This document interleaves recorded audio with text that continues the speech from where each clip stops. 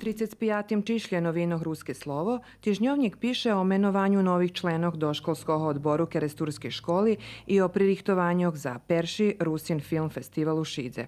Rubrika Našo mesta med inčim analizuje keljo značna energetska efikasnost u zohrivanju obiscoh, a ekonomija aktualnu temu ruskim Keresture, brigi s plasmanom i predavanjem paprigi.